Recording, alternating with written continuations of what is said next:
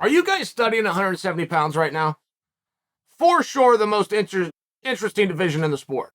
And I don't know that 170 pounds has ever been the most interesting division. Right, that gets very competitive. We all got to answer to the heavyweights, and for a while, 205 pounds got on display, and then the heavyweights started to pull it back. But it's one of these things. We all know 155 pounds is the hardest division, but 145 is now headed by an absolute master. It's really interesting. I think 170 is winning the day. I don't know how long that's going to be, but it's winning the day for guys like Belal Muhammad. Guys, there's people in this sport you want to rip off. There's people in the sport you want to pay homage to. There's people in the sport that you want to copy. You are very quick to do that when you see a technique that works. When you see a feint followed up by a cross and it lands and a guy gets knocked out, you rewind that and you watch it 20 times, and you go to the practice room and you drill that with your coach on a focus mitt 20 times. You need to also study the way guys are running their career outside of the X's and O's. I've told you before, what Colby Covington did and when he started doing it was really groundbreaking. It truly was. Colby Covington wanted cameras in front of him. He wanted a story told. He didn't qualify. He wasn't high enough up on the card. That budget wasn't there. The crew wasn't being sent to him. He went and hired them himself. He started making his own videos. He started releasing them on the same internet that the organization would have. Kevin Lee went on a PR tour. Same thing. Kevin wasn't high up on the card. He didn't qualify for that arm of PR to be looking after him. He got his phone out and his credit card, and he called. I was part of the list he called. He leaves my house, he gets on a plane, he flies out and does the Joe Rogan show. He starts off in California. By the time that PR tour was done, guess what? His phone rang and he was going to fight for a world championship. That's a true story, 100%. Then you have what Henry Cejudo went and did. Henry Cejudo got into this cringe gimmick, and he got into, remember when he brought a snake on stage? And he was doing this weird thing, and Dana was just like sweating. He was so uncomfortable. But then Henry started laughing at himself. He knew how bad it was. The whole reason that snake bit and the crowd, I think he had a cape on. I think Henry was wearing a cape. I think he was in a cape. In my head, he basically looked like the Burger King guy. He had the cape and he had the crown. I might be adding the cape. And he takes a snake out of the bag. You remember this? This was so awkward and so weird that Dana was just standing there going, what are you doing? And then Henry realized how terrible it was and just starts laughing with and at himself, and now it works. Now all of a sudden we love him. Oh, he's the king of cringe, right? This whole thing happened.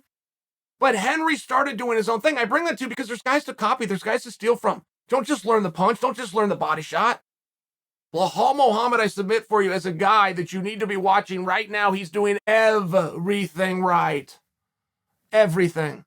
All promotion is, guys. Promotion is not billboards. It is not posters. It is not marquees. It is not countdown shows. It is not magazines. It is not photo shoots. Promotion is storytelling. The end. The great promoters are great storytellers. The great self-promoters are great self-storytellers. Muhammad's got a story to tell, and he went and created himself a platform and an audience to tell his story too. That's all. Same as Kevin Lee got out his credit card and booked his own PR tour. That's all he did. Same as Colby Covington calls his own crews and starts clipping videos and putting them out there. That's all he did. But taking that first step, you've got to actually do it. Same as Henry showing up looking like the Burger King man with a plastic snake. There's guys that you want to study. Now, Belal Muhammad's got a story to tell, and his story went something like this. It had to do with Colby Covington. So Colby's not beating top guy. Don't tell me Colby's the number one contender. Don't tell me he should be fighting for a championship, but don't tell me that he should be ranked number one. He's not fighting top guys. When's the last time he beat a top guy? And then Belal broke it down. He talked about whether it was the Masvidal fight. He talked about when Colby ran into T. Wood. He talked about the Lawler fight. I mean, he traced it back, and he made a good argument, one that I had never considered. I'm a Colby fan.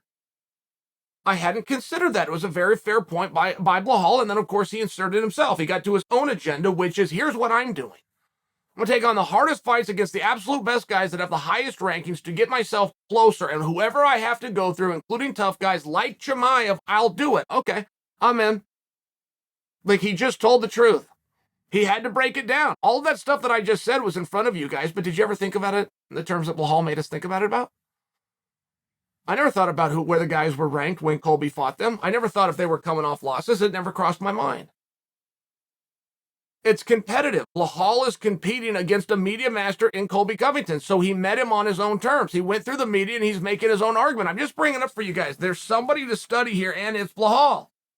Blahal might be one win away from being in a world title fight. We don't fully know what's on the line with Luque versus Blahal.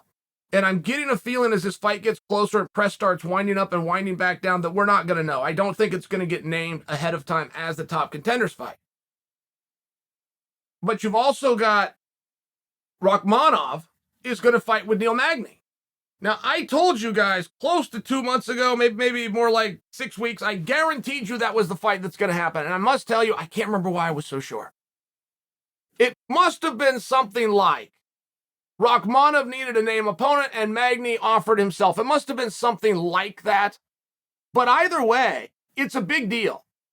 Magny's done some real heavy lifting, and his name was in those talks, and now it's out of it, and he's willing to take a risk and get it back. We all understand that story. Rakhmonov hasn't gone in there with a name fighter yet. Neil Magny's done main events. Neil Magny's a top draw. He's a top guy in the division. I don't know what Magny's ranked. I trust that he's in the top 10. I would probably have him about 9. I don't know. Don't confirm that and tell me that I'm wrong. But what I'm sharing for you, if you ask me to name 10 fighters that are signed to contract right now that are at welterweight, for sure, I would say Neil Magny. For sure, he's one of the guys that you know. Rakhmonov needs a guy like that. Neil needs to get back on track, but the fact that Rakhmonov is getting Neil Magny is very relevant because that means this Rakhmonov, who's currently 15-0, all finishes, 4 in the UFC, 4 up, 4 down, all finishes, is being considered now for top billing. There's no reason to bring him in against a Neil Magny type unless we're going to push him. And one thing that we do know about 170 pounds is we don't know what in the hell we're talking about at 170 pounds, guys, right? Can we at least admit that? Chimaev did not prove to not be as good as you thought he was.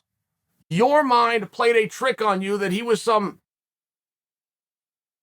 Again, I use the basket. He's going to put you on his finger and spin you around like a basketball because he's just so good. Like, your mind will never not go to that. You grew up on Marvel and comic books. You grew up with these superheroes that we spend the rest of our life trying to find one. It's the reason wrestling works so well. Is you can actually carry on that superhero that can go out there and crush somebody when the script is on their side. I mean, it's just by an example. But with Chimaev, based on what you thought a week ago, based on what you think on now, we now do know we don't know a damn thing about 170, do we? So where does Rakhmonov fit into this? Why is he fighting a big name guy? Why is Neil Magny a main eventer, a co-main eventer, put it on the line? You guys don't know who Rakhmonov is. I believe in Rakhmonov. I've seen him. I think he's skilled. I like this story. I even like, geographically speaking, the part of the world that he's representing and being the first to come represent it. I cannot provide for you his first name. I'd say it if I knew it. And in fairness, it's a hard one to say.